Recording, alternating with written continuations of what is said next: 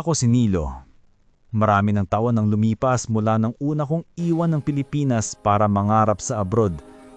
Pero sa bawat padala kong dolyar, may kasamang luha, pagod at pangungulila. Madalas kong tanungin ang sarili, hanggang kailan ganito? Tuwing tatawag ako sa pamilya ko, naririnig ko ang tawa nila, pero ramdam kong may kulang. Ako. Hindi ko alam kung kailan naging kapalit ng yakap ang pera. Kung kailan naging sukatan ng pagmamahal ang halaga ng remittance na ipinapadala ko buwan-buwan. Pero gaya ng maraming Pilipinong OFW, sabi ko sa sarili ko, konting tiis pa. Kasi lahat ng hirap may kapalit. At minsan ang kapalit ay hindi lang pera. Minsan, ito ang pagkakataon para baguhin ang takbo ng buhay ng pamilya mo.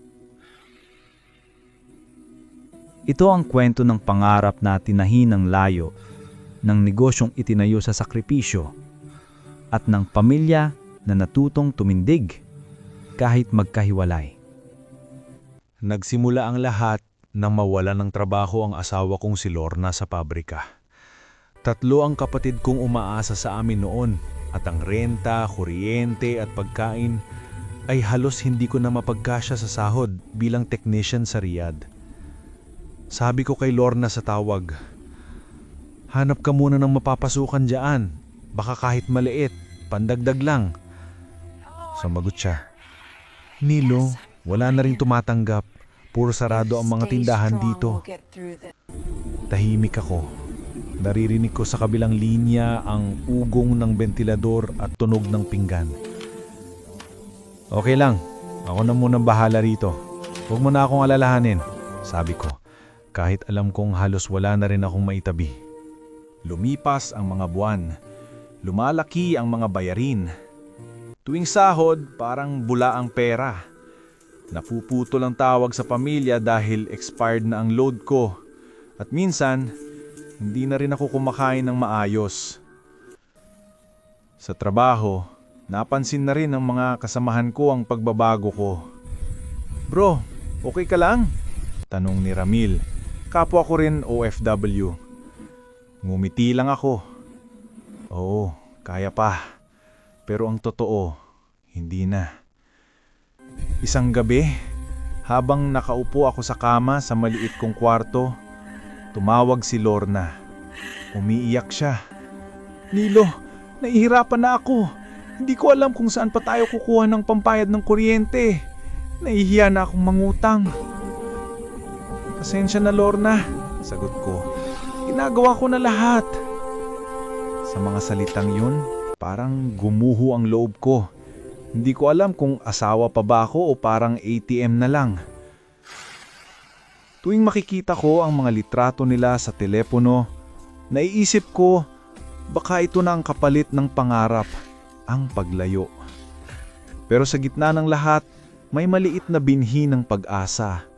Isang tawag, isang ideya na magbabago sa lahat.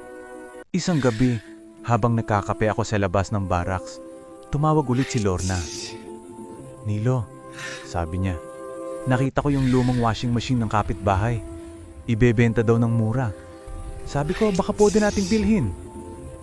Nagulat ako. Bakit washing machine? Naalala mo yung dati kong trabaho sa laundry shop? Naisip ko lang, baka pwedeng magsimula ng maliit dito sa bahay.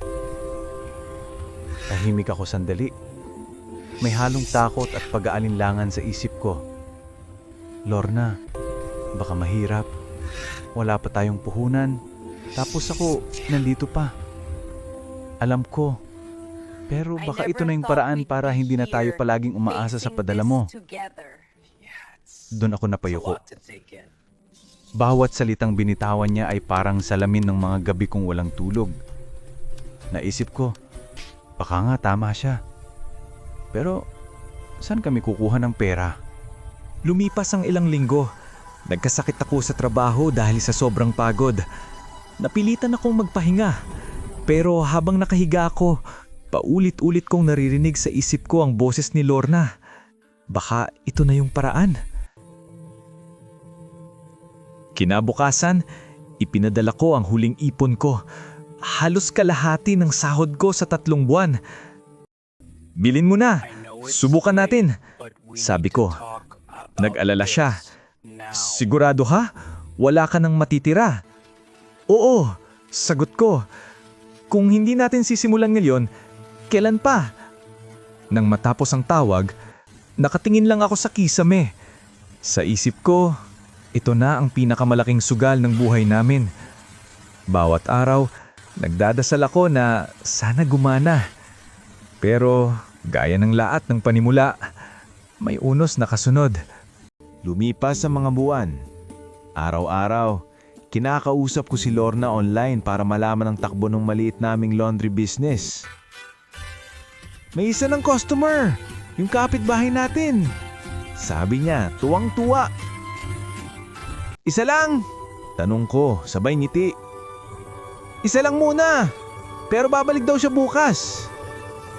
Sa mga salitang yun, naramdaman kong unti-unti na kaming bumabangon. Nagsimula kami sa lumang washing machine na halos sira na. Ako, nagtatrabaho pa rin sa abroad. Siya, gumigising ng 6:00 para maglaba, magpatuyo at mag-deliver. Minsan, habang video call kami, makikita ko sa likod niya ang mga tambak ng labahin. Tulungan mo ako magdasal, Nilo. Sabi niya minsan. Lagi, sagot ko. Pag-uwi ko ng bakasyon, doon ko nakita kung gaano kalayo na ang narating namin. Sa tabi ng bahay, may maliit na signage. Laundry Services. Bawat makina, may halong pawis at pangarap. Ang dami na nating suki, sabi ni Lorna habang inaabot ang resibo sa customer. Hindi ko inakalang ganito kalaki, sabi ko. Wala yan kung wala ka, sagot niya. Kung hindi mo pinilit magtiwala. Sa mga sumunod na buwan, tinulungan ko siyang ayusin ang sistema ng negosyo. Naglagay kami ng notebook para sa mga utang. Bumili ng bagong washing machine at kumuha ng isa pang helper. Araw-araw, kahit pagod sa trabaho, excited akong tumawag para marinig kung ilan ang labahan, sino ang bagong customer, o kung may kumita kami ng malaki. Bawat kwento ni Lorna ay parang gasolina ng pag-asa ko. Ngunit hindi pa doon natakos ang hamon. Isang araw, tumawag si Lorna. Halos nanginginig ang boses. Nilo, nasira yung washing machine. Wala tayong magagamit bukas. Tahimik ako. Ramdam ko ang bigat ng sitwasyon. Pero hindi na ako tulad ng dati na agad sumusuko. Okay lang, may paraan yan.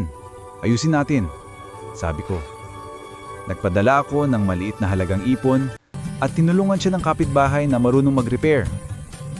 Pagkaraan ng 1 linggo, gumana uli ang makina at mas marami pang customer ang dumating. Unti-unti, lumaki ang negosyo. May nag-request ng pick-up and delivery service. Kaya bumili kami ng lumang motorsiklo gamit ang maliit na loan.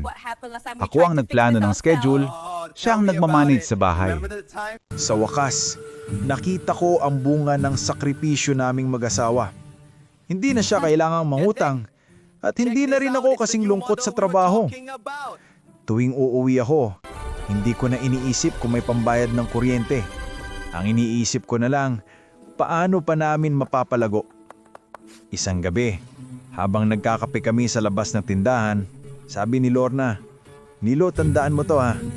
Lahat ng hirap mo, hindi na sayang. Napangiti ako. Lahat ng hirap natin. Ngayon, may 3 branch na kami ng laundry and delivery service. Hindi ito milyonaryo type na negosyo, pero sapat para mabuhay ng marangal. At hindi na kailangang maglayo. At sa bawat umiikot na washing machine, parang naririnig ko ang tibok ng puso ng bawat Pilipinong nangangarap. Bawat ikot, kwento ng sakripisyo at tagumpay. Ako si Nilo at ito ang natutunan ko sa lahat ng taon ng pagtitiis.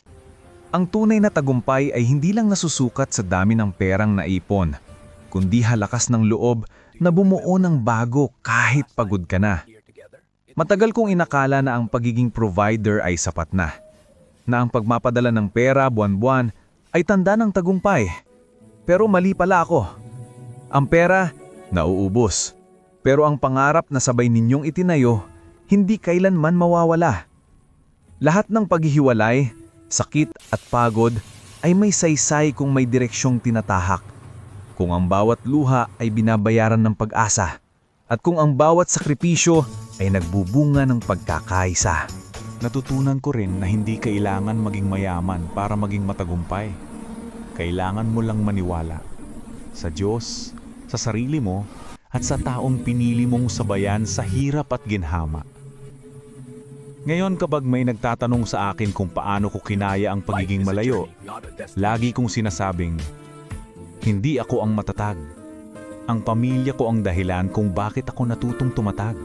Kung pinapanood mo ito ngayon at nararamdaman mong pagod ka na, siguro malayo ka rin sa pamilya mo o baka nag-iisip ko mo'y patutunguhan pa lahat ng paghihirap mo. Gusto kong sabihin, meron. Ang pangarap ay hindi laging nasa ibang bansa. Minsan, nasa tahanan mo lang, naghihintay na bigyan mo ng pagkakataon. Kailangan lang ng tapang para magsimula. Kung kaya naming mag-asawa na itayo ang negosyo sa gitna ng distansya at gutom, kaya mo rin. Hindi mo kailangang maging perpekto. Kailangan mo lang maniwala na bawat maliit na hakbang ay hakbang palapit sa bagong simula.